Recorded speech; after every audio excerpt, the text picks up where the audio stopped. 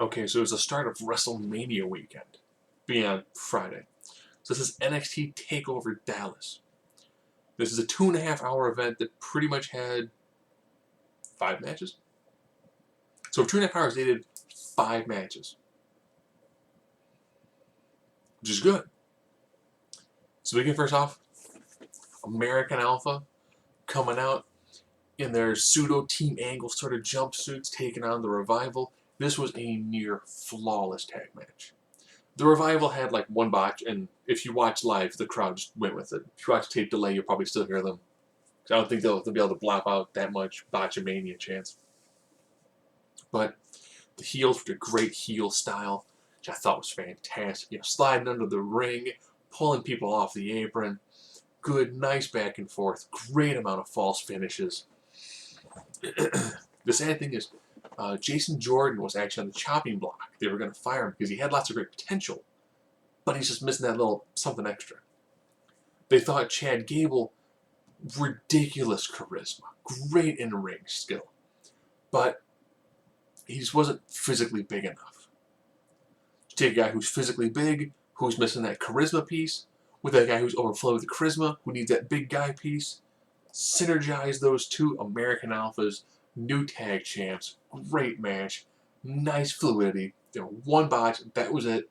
Beyond that, near flawless match, beautiful, crowd hyped, worked well, fantastic. And then we're going to Double A.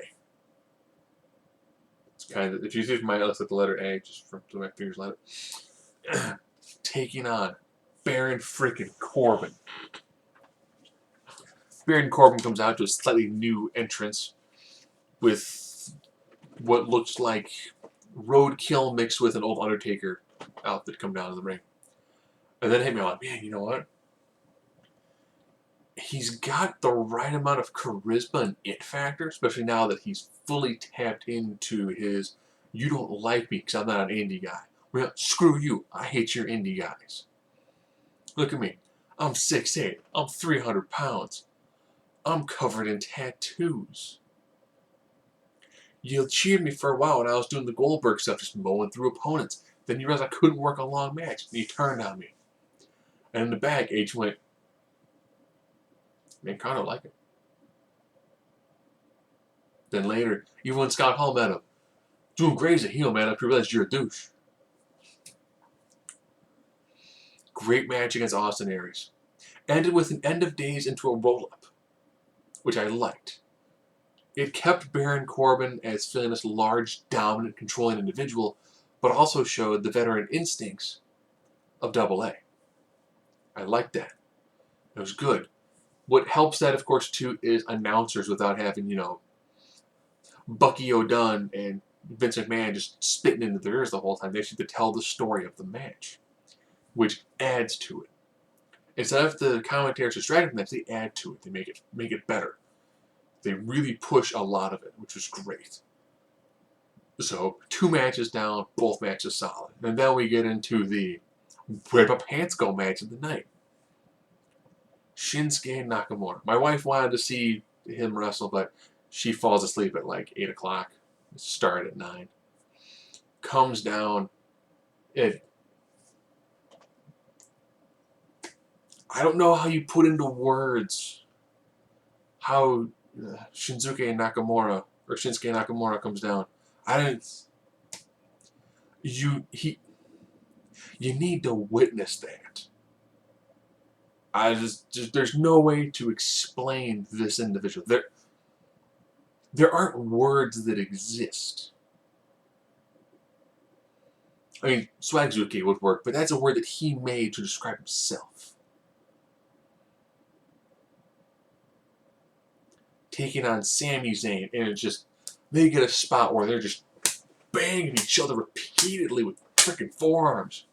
And they did the old Chicago spot from WrestleMania 22, where wrestlers go, boo, yay, boo, yay, boo. And it was just, yay, yay, yay, yay. And they're just wailing on each other.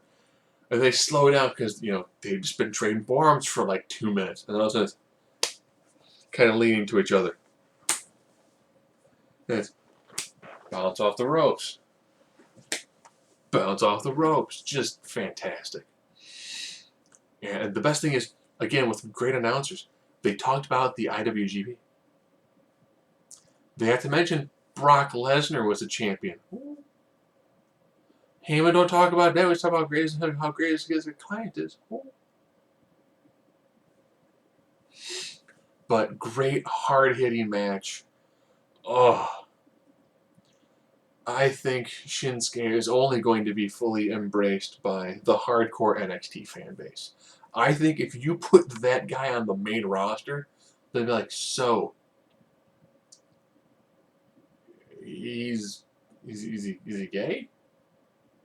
I don't know. I mean, does the mainstream know how to? They'll be like, oh, he's. I don't know. He moves like he's kind of lighting the loafers, but oh god, he just kicks somebody's head off. I was. He's a tall, lanky Asian who's kicking the crap out of people in the ring. And he dances. Vince would have no idea how to coalesce that into an easy to explain bleh. He'll just have to get over organically, which for some of the crowd's gonna be like, oh, it's that tall dude who whoops the crap out of people. But great match. And now we get into the rest of our double main event. The saddest thing is the show really peaked. The only problem that NXT has, they don't have like the random filler match, which is like your calm down. So it's like American Alpha, barn burner, crowd loved it. Corbin, Austin, Aries, solid match, great. The debut of Shinsuke Nakamura, it was like an explosion. Austin Aries debut, explosion.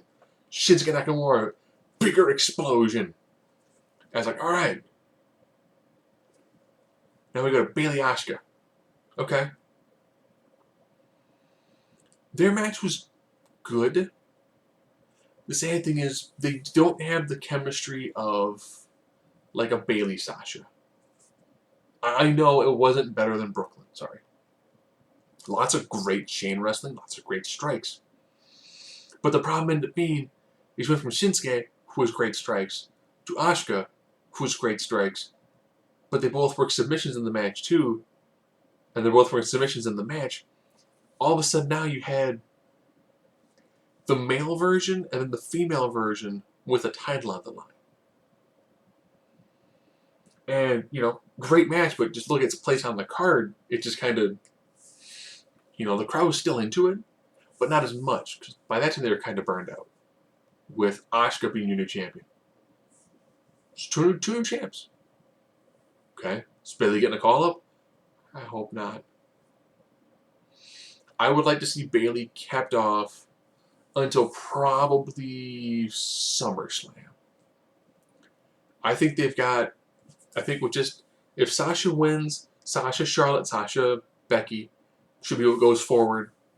Maybe even Sasha Paige, if you want to throw that in. They've got those three that can finish their storyline, then you bring in another person like Bayley. Do I think you bring her on Smarkamania?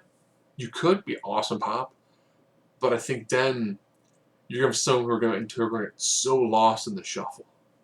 I think you finish out their story, then you bring in Bayley for like your SummerSlam, like fatal 4-way elimination match. And then we to our main event. Samoa Joe, Finn Balor. Finn Balor's has come down with the chainsaw. Well, they're in Texas. Texas, chainsaw. Thinking he's going to do a massacre. I think there's a movie reference to that. And also, the demo was blue, red, and black.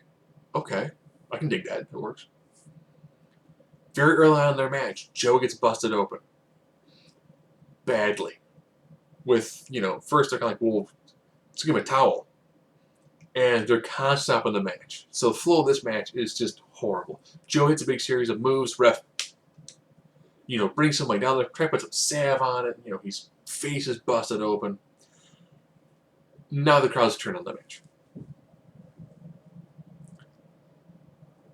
no PG chants, let them bleed chants, FPG. So all of a sudden now this match went from being probably the least exciting match on the card, because we've already seen them face each other before. The build-up has been okay, but it was like, well, it's not a ladder match. It felt like this should be about the same as their London match. And it was similar to their London match.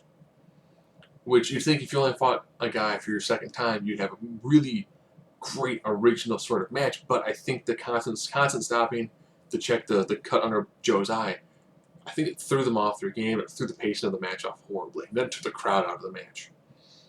So everything worked against this match. I hope the finish was different, because they both hit over with their big shots. But on the Coquita clutch, Joe didn't get it fully synced in. Balor's able to run up the ropes, do the back bridge, a la which would have been Bret Hart taking on Roddy Piper for the Intercontinental Championship. I think it was WrestleMania, where Piper had the sleeper locked in. Bret ran up the ropes, did the flip back over him. Therefore, Piper's shoulders were down. In this case, Joe's shoulders were down. 1, 2, 3. And I was like, okay.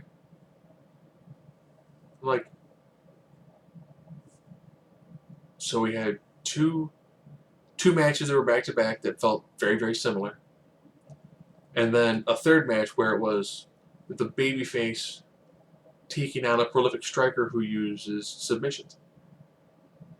So you had 3 matches where the build-ups and the characters were just gender swaps. I think that kind of hurt them. Then the fact that it was just boom, boom, boom, boom, boom. And I was like, had they ended it with Shinsuke Nakamura, Sami Zayn, I think that the flow would have been great. I think after that match, everyone was like, we were going to put in a 10, we need like 11, 12. We need to throw out a match with moves and ideas that have to top what we just saw. What we all just experienced. We've got to beat that. And Shinsuke is a hard act to follow. So, solid pay-per-view. Easily, it'll probably be better than WrestleMania. Matches felt good. Everyone got a lot of time. What I did enjoy, American Alpha, when they won, they give them time. It's like, you've won the title. They're like, they're emotional, they're crying. Gable jumps into Jordan's arms, telling gives him a little kiss on the cheek. He's like, dude, we did it.